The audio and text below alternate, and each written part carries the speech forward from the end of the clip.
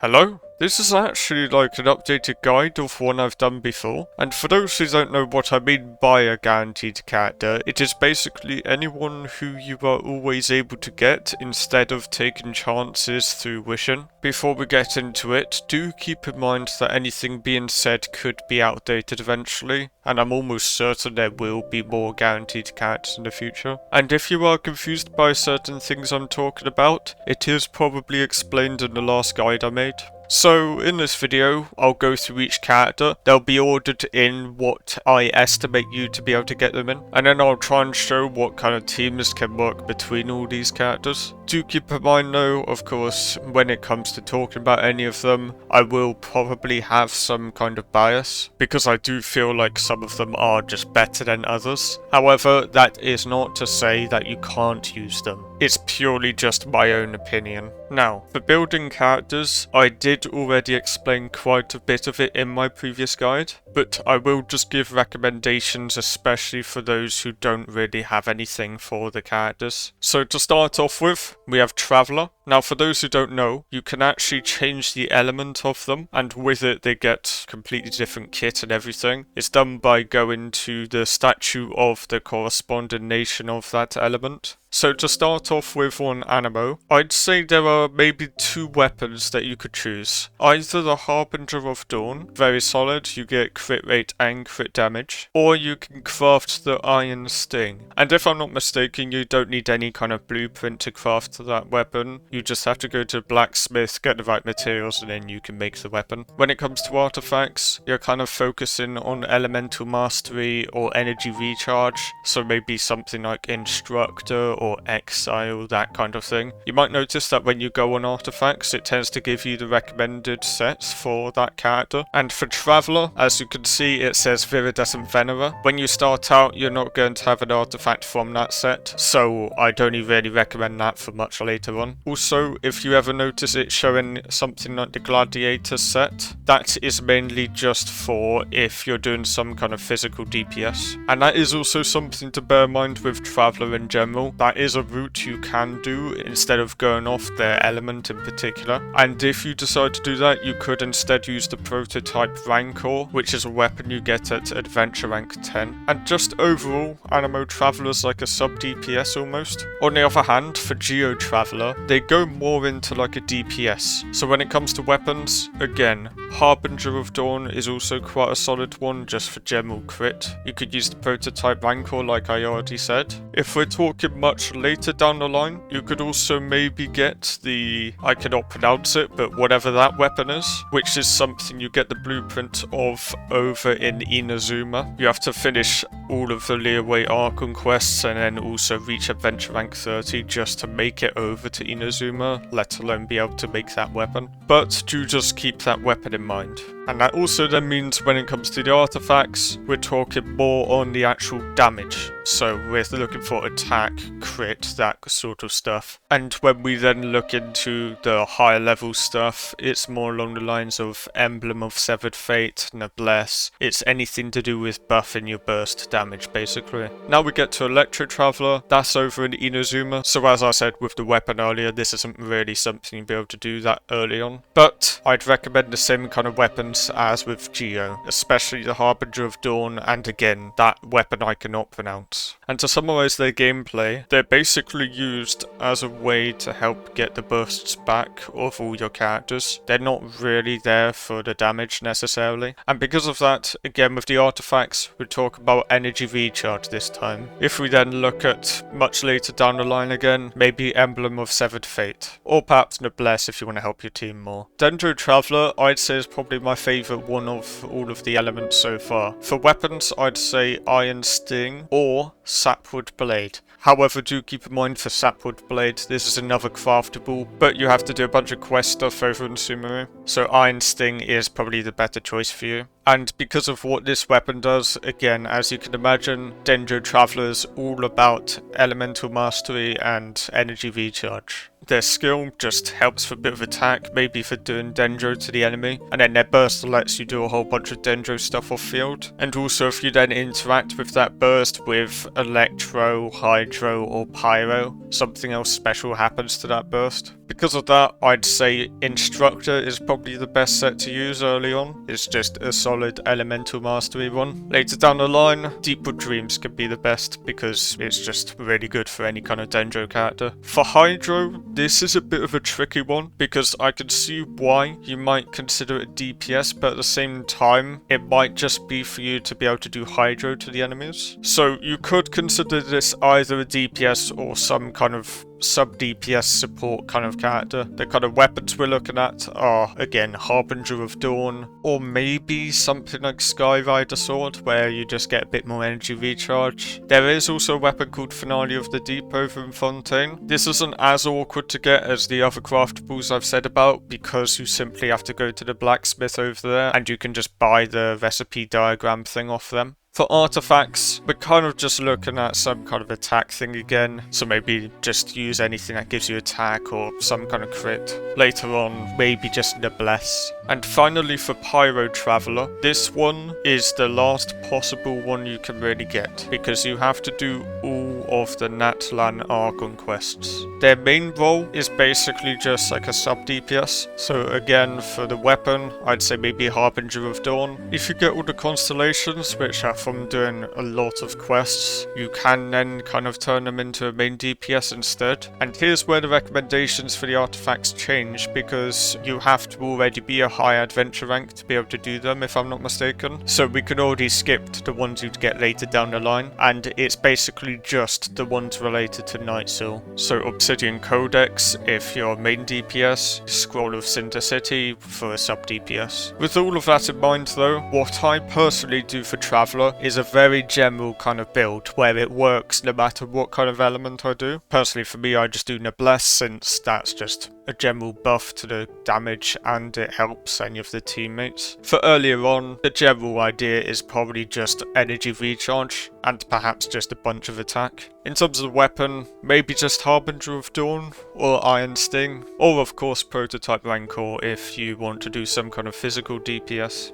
Now with Amber, the way you typically play her is actually as some kind of main DPS where you're doing these charged shots. Her skill and burst can be good as well, but it's usually best to use her for the actual DPS. So because of that, maybe Slingshot for the weapon, or perhaps Messenger. Alternatively, later down the line. Funnily enough, I didn't even know about this weapon until I was looking into things for this video. I believe it's called Hammer Yumi, which could technically be good as well if you're not going to use her burst. For artifacts, I'd say maybe Martial Artist. It just helps you with the normal and charged attacks, so that works out perfectly for her. Later on, you have a bit of choice. You can either do Wanderer's Troop, or maybe Crimson Witch. Alternatively, you could use her as like a support almost, where it's Noblesse as well. For Kaeya, he is basically only ever used as a sub DPS, so you'd use his burst and then just switch characters. Because of that, his best weapons are either Cool Steel, which is specifically for when enemies are affected by Cryo, for example, or just Harbinger of Dawn, just anything that can help with attack or crit. And for the artifacts, I'd say probably the Exile, since you mainly want to use them for the burst, just energy recharge. Later down the line, you can then use something like Blizzard Strayer, which is specifically for some kind of cryo character. For Lisa, she can work as both a main DPS or some kind of sub DPS off field. And the point is, you want damage. So, Mappa Mare, the craftable weapon, can work quite nicely. Alternatively, something like Otherworldly Story. Or alternatively, as I've said quite a few times now, yet another craftable over from Inazuma called Hakushin Ring. For artifacts, energy recharge, elemental mastery, so just anything like perhaps Exile or Instructor. Later on, perhaps Thunder and Fury, or Emblem of Severed Fate, or Gilded Dreams perhaps, if you're doing some kind of electro dendro reaction. And those are the four you get at the very beginning of the game. So next up we have Noelle, who I'm going to include in this video because even though she is from Wishing, you are still guaranteed to get her in a temple. So there are two different ways you can use her, either as like a main DPS or purely for her shield. So overall, I'd say her best weapon is probably White Blind.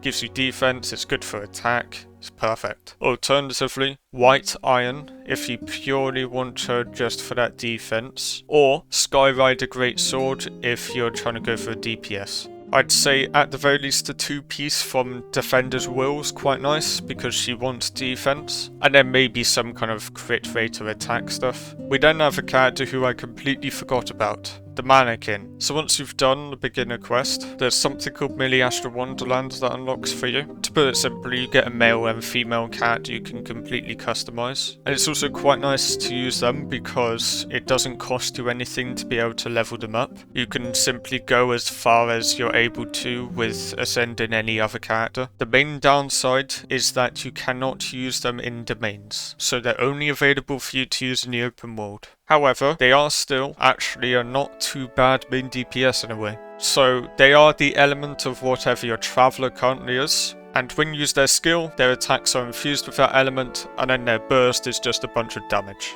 You literally just want attack. So I'd recommend things like the Fillet Blade, hopefully I pronounced that correctly, or the Skyrider Sword, or the...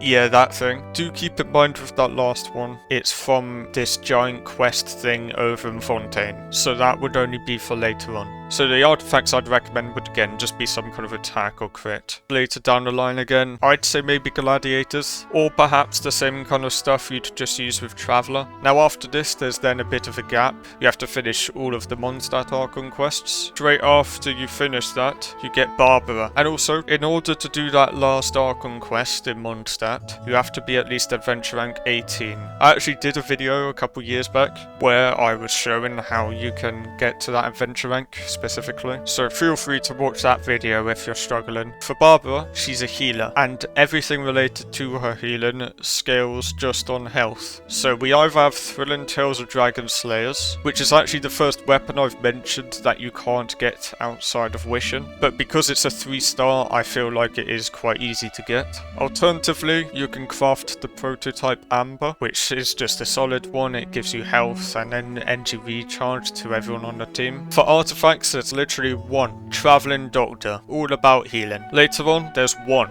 Maiden's Beloved. Now the next thing you can do is give yourself a selection of either Razor, Fischl or Sucrose. So again, once you've finished those Mondstadt Archon quests, I believe you can then do this quest. It's in order to get this buff, which isn't relevant to you until much later on. But the point is, once you do the quest, you then get that selection, and this is where it would get biased. I'd say maybe go for Fischl or Sucrose. Razor is probably the weakest one out of those three. And, well, to start off with, let's go with Razor. He's a main DPS. Think of him as like a physical DPS, but also electro, I suppose. And for the weapons, I'd say Skyrider Greatsword, or perhaps the prototype Archaic. Or, if you've done a lot of stuff over in Dragonspine, you can put the Snow-Tombed Star Silver on him, but that is when you've practically explored all of Dragonspine. For artifacts, maybe Berserker or Martial Artist. Later down the line, anything related to physical. So it could be Gladiators, Bloodstained Chivalry, or perhaps Pale Flame. The other character you could pick, as I recommended, is Fischl. Use her skill, which gets out this bird, switch to another character, and that bird just keeps attacking with Electro. Just a solid sub DPS. For weapons, I'd say either Slingshot, Prototype Crescent, just purely for her attack, or potentially a Favonius Warbow. You do in fact get one after completing the Mondstadt Archon quests, or potentially, later down the line, there's a weapon you could get through Fission, so we're talking around, I believe, adventure rank 30 or something. And for artifacts, I noticed there was actually a pretty good looking one, Gambler. Because that bird is her elemental skill, that 2-piece of skill damage is perfect, and then you could also then just do some kind of attack bonus. Later down the line, you can do artifacts like Golden Troop.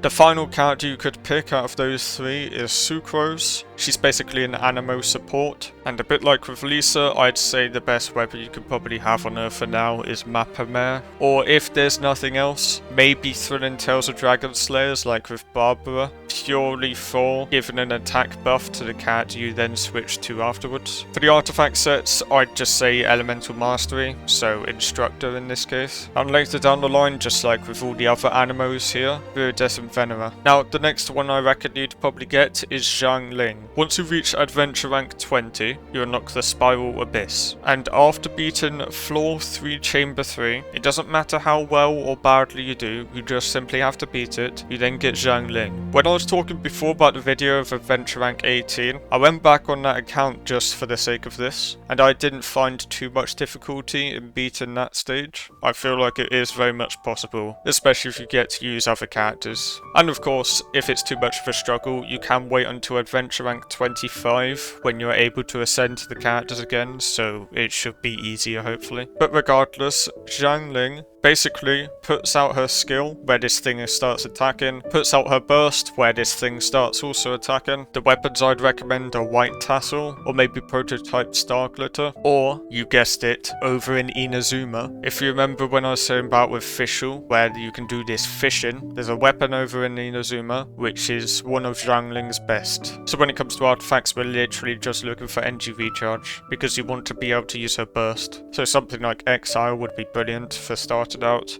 and then later on Emblem of Severed Fate. As I was talking about Adventure Rank 25, at that point you also get Lynette. She's like an anemo sub DPS, so her skill is just there for a bunch of damage, and then when you put her burst down, it basically starts attacking enemies with whatever element you infuse with. For weapons, this is a bit awkward because the best ones for her are a bit later on, like Favonia's Sword, that's through wishing, it's not a guarantee. There's Finale of the Deep, which is what I mentioned with Hydro Traveller, is a craftable over in Fontaine. Or alternatively, guess what? Another fishing weapon over in Fontaine as well, which I tend to just call Pipe. Now, if you hadn't realised already from anemo characters, the best thing for someone like Lynette is NG Recharge or Elemental Mastery. So again, something like Exile or Instructor. Later on down the line, Shocker. She wants Viridescent Venera. Now, if we go back to Spiral Abyss again, there's another character you can get, Collei. So she's at Floor 4, Chamber 3. Dendro sub DPS. So for weapons, either Slingshot or the Favonia's Warbow, which as I said is something you can get from the last Mondstadt Argon quest. She mainly just wants some kind of elemental mastery, or possibly some kind of attack for her personal damage. So again, early on, Instructor, and later down the line, Deepwood. As I said with Traveller, it's just good on any kind of Dendro character. From here, we do a giant skip all the way over to Natlan, where we have Kachina. So you get her from doing like the first couple of minutes into Natlan Archon quest. She's a Geo sub DPS basically, and I'd recommend maybe the Prototype Star Glitter, just so that you can get some NGV charge in. Or perhaps one of the craftables over in Natlan called Footprint of the Rainbow, because she wants defense a bit like Noelle. That works out perfectly for her. And because I just said that, as you can probably guess with the artifacts, she benefits quite a bit from Defender's Will, or perhaps some kind of NG recharge artifact again. Later down the line, it's to do with the Night Soul, a bit like with Pyro Traveller, so you want to put Scroll of the Sinter City on her. And then the last one from these is Aino. Now, you get her from doing, I'd say, the first half an hour of the Nordcry Archon quests. But luckily, even though she is the last one for you to get, I'd say she's the last one you'd even want anyway. Because when it comes to weapons, from what I could see, the best one for her was the Forest Regalia, I guess it's called, which is a craftable from Subaru. There is also a craftable over in Nordcry, but I think it's only for her personal elemental mastery, so it's not as amazing. And for artifacts, we're looking at Instructor again. Later down the line, the only one that really works for her is Silken Moon Serenade, or perhaps Noblesse. But to be honest, unless you have other characters from Nordcry, she's not too amazing to use anyway, because there's parts of her that only work with other Nordcry characters. So because there might be a bit of an overlap with the weapons I listed with all those characters, I'll go off the assumption that you only have maybe one or two of them available. So for Traveller, the best one for them is perhaps Iron Sting, Harbinger of Dawn, or Prototype Rancor. Amber can then have Slingshot. Kaeya, you could have Cool Steel or Harbinger of Dawn. So if you want Traveller to have the Harbinger of Dawn, Kaeya can have the Cool Steel instead. If you'd prefer Kaeya have Harbinger of Dawn, maybe give Traveller Iron Sting or something, as I just said. Lisa can then have Mappa Mare. Noelle, definitely White Blind. Generally speaking with Manekin, I'd say Skyrider Sword. Barbara, definitely have Thrilling Tales. If you're really unlucky and didn't get it through wishing, you'll just have to do with Prototype Amber, which is craftable. Razor probably should have Skyrider Greatsword, or Prototype Archaic if you're okay with crafting it. Fischl should probably have the Prototype Crescent. Sucrose should have the Mappa Mare. If you only wanted to craft one, I know I said Lisa should have the Mappa Mare, so maybe then give Lisa that otherworldly story instead. Xiangling can have a white tassel. Lynette, Favonius Sword, but that's through wishing, so Finale of the Deep instead, if not. Out of all the bow characters, I think Collei should be the one here to have the Favonius Warbow that you were guaranteed, just because I'd say she benefits the most from the energy. Kachina's probably best with the Prototype Star Glitter, and as I already said, Aino isn't best for a new player in my opinion, so the Forest Regalia thingamajiggy-bob is probably still the best option for you. And with all of that being said, that's all of the main characters I was going to go through. There are a few other characters I could briefly go over, not with as much detail as I have with the others. First of all, we have Lantern Rite. So around January every year, you can pick a 4-star from Leeway for free. And if you're just wondering about who the best characters are from them, I'd say Xiangling, but of course you already get her from the Spiral Abyss for free, and Xingqiu, who's like a Hydro sub DPS. Of course, there is a benefit to picking Xiangling, even though you already have her because of the constellations. And if you're wondering about the other characters, there are some that I personally also like the gameplay of, and I think they can be decent, but Xiangling and Xingqiu are typically the best ones. And I'm sure if you're wondering about any of the gameplay of the characters that I'm showing them on screen right now. And the other big selector that keeps on coming around each year now is actually a free 5-star. So from the standard banner, all of those 5-star characters, you can choose one of them for free each year. A bit like with Lantern Rite, I'd say just go for whoever you like the gameplay of. But if we are talking about the strongest characters, it would probably be someone like Tainari. And for those wondering about this selector, it's not actually too far away in the grand scheme of things. It's like 3 to 4 months away from whenever this video comes out. And also on that note, there's something even closer coming up, which I'd predict is maybe, let's say, 2 months from now. Do note that these are just random guesses on my part, I don't know for sure. But just before the update, which has that 5-star selector, there's also this really big event that happens for quite a bit of time, and there's a free 4-star that you'll be able to get from that, along with a free skin for them, which is quite nice. But of course I have no idea who the upcoming character for free is going to be. So with all of that being said, it's time for the next section of the video, which is about considering all of them together as a team. So hopefully you have a general idea of how each character works, and I imagine it's also quite clear now that there is a limited option with some of the roles. So for example, Noelle and Barbara are the only ones that actually help with survivability, as you might say. So whether it's healing or shielding. Meaning that with just these characters, you kind of need one of those two on the team. Unless you're completely confident you'll never take damage. So the next question is who you want to use as a main DPS. Because then what you could do is choose the sub DPSs based on how the main DPS and the support are. And from what I can see, we have either Noelle as both the main DPS and the support, Amber, potentially Lisa, the Manekin, or potentially like Geo Traveler or something. To start off with, on Geo Traveler, a lot of the ones I'd recommend are kind of the same with Noelle.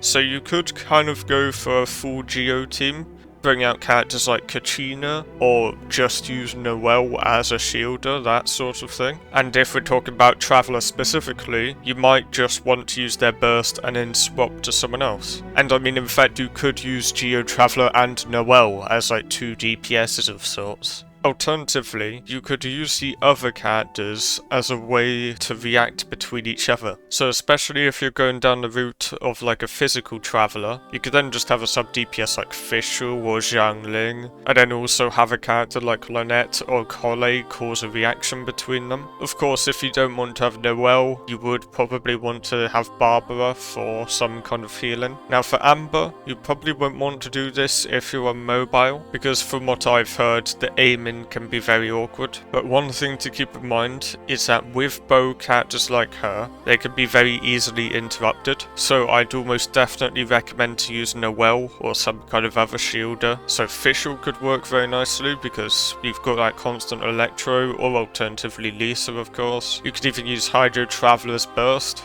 And even though I mentioned Aino not being that good for a new player, her Hydro off-field could also work quite nicely if you're wanting to do Vaporize reactions. Or alternatively something like Burning with Dendro Traveler and Collei. I will just say, in my experience, you tend to want to keep your distance with a bow character, whether it's about easier aiming or if you decide to not use some kind of shielder, and because of that, it tends to not be as good to run a character like Kaeya or Xiangling, whose burst is about going around your character. For Lisa, you can do whatever, to be honest. I do quite like the Dendro reactions, especially with Electro, so personally I would probably go with Dendro Traveler or perhaps Hydro Traveler and Collei together. You could alternatively do multiple stuff like Xiangling, Kaeya, and then Barbara, where you just have 4 elements doing all sorts. For Noelle, just like with Geo Traveler, there's 2 options. Either ignore what Geo is doing with the reactions, so you could involve characters like Lynette and Collei, where you're just doing